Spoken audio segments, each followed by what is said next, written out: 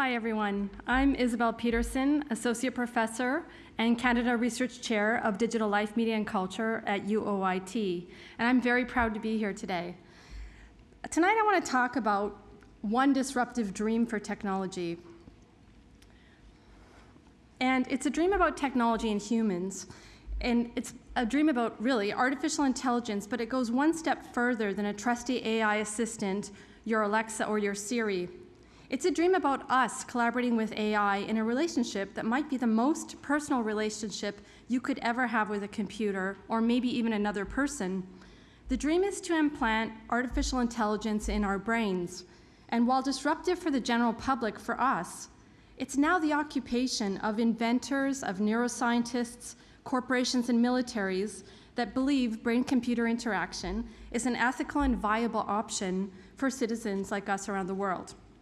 I'm using the word viable today deliberately. Viable means capable and feasible and practical, but it also comes from the Latin root to live.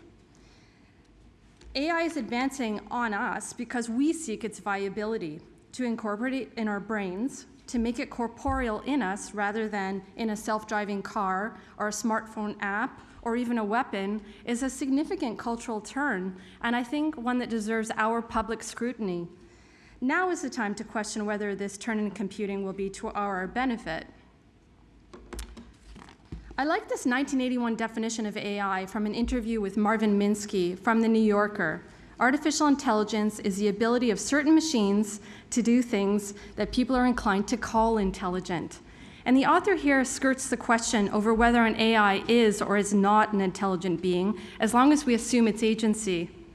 Today, Gartner Group has predicted that by 2021, artificial intelligence will back 80% of emerging technologies. Less lofty here, a basic definition for brain-implanted AI is the direct linking of people's brains to machine intelligence and the bypassing of the normal sensory motor functions of brains and bodies. This advancement is proving incredibly important therapeutically. It could eradicate debilitating neurological conditions and diseases. But my fascination is with implanting the brain with AI for everyday human endeavors, like work, or even human functions, like thinking, creating, remembering, and forgetting, and human sentiments, nostalgia, adoration, jealousy, or grief. I'm fascinated by these things and what the technology will do to them. The tech promises actually to do three things. Decode your thoughts, so interpret thoughts, feelings, and memories. To send direct communication wirelessly to other machines and people through digital telepathy across the cloud. And 3, the big one, to manipulate thoughts through memory editing, eliminating memory loss, or enabling significant cognitive enhancement. So whose dream is this, anyway? Elon Musk, to my great surprise and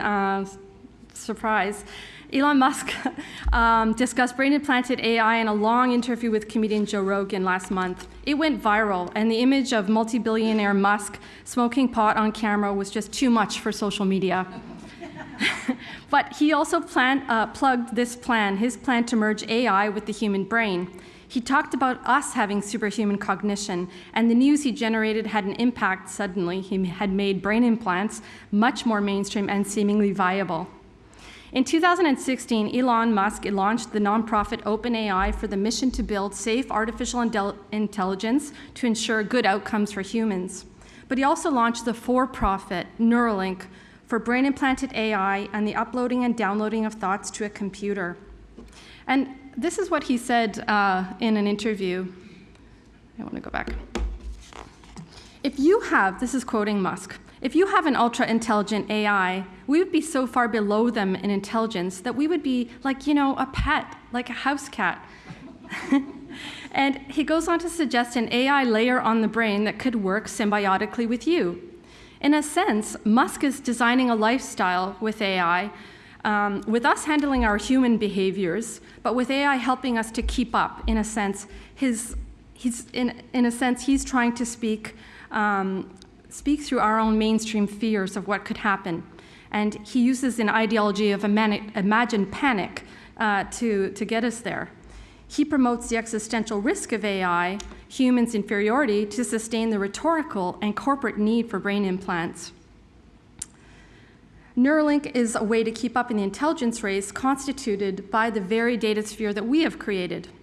And indeed, Musk creates chaos. He polarizes factions for his regulatory breaches on the stock exchange. But we have to keep in mind his engineering innovations are real. His Teslas are on the road, his aerospace flights are in the air, and his chips will be in human brains. The military is also making an implanted memory prosthetic through the NESD program. And I think we can imagine how this kind of technology and all of these actors point to an ethical quagmire, but progress continues. And it isn't new, this technology isn't new. Intel wants brain implants in its customers' heads by 2020. This headline is 9 years old now, but to me it's one of the most provocative quotes of the era. It's a prediction about your digital life, that we will have neural implants. And it fits with the path to convergence laid out in plans for near-term AI, our companion robots, our autonomous cars, or our smart neighborhoods like Quayside. Brain-computer interaction is also a dream about efficiency. We will simply think about needs and wants, and they will be one digital thought away. Yet our dialogue with AI, in this case, will be our inner voice. And who else will be listening to that voice? We host AI on our phones, we wear it on our Apple Watches, but we will ingest it, implant it, and connect it with smart city neighborhoods like Toronto's Quayside, as I said. For me, these technologies have to be understood as personal, part of the self and part of the body when dealing with ethics and privacy. We circulate political news across social media now, but in the future, your political leanings will be conveyed through your physical, cognitive, and emotional reactions. Could we end up creating a technocultural condition of honesty and disclosure with this innovation, or instigate a terrible neuroimplanted capacity for fake news? Or what about when in-body devices are under cyber attack? Are AI brain implants a disruptive dream? Are they a disruptive dream or simply evolution? We enculturate and revitalize embodied technology on a continuum of ideas, of concepts, of values, ethics that lead to adoption, but we have agency to lead it down an appropriate path at this point. We need to design with ethical, human-centric value systems, even in the earliest stages of our brains becoming our computers. Thank you.